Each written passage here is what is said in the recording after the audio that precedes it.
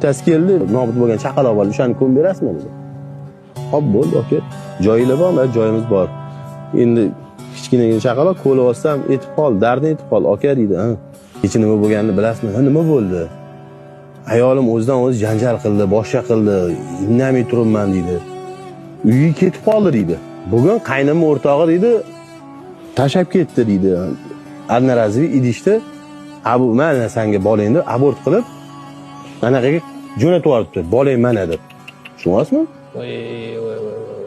Aytgin barcha shaytonga ulfatlarni, yosh boshingga tushgan g'am kulfatlarni o'laksalar, izlagan kalxatlarni hammasini Allohimga aytib ber.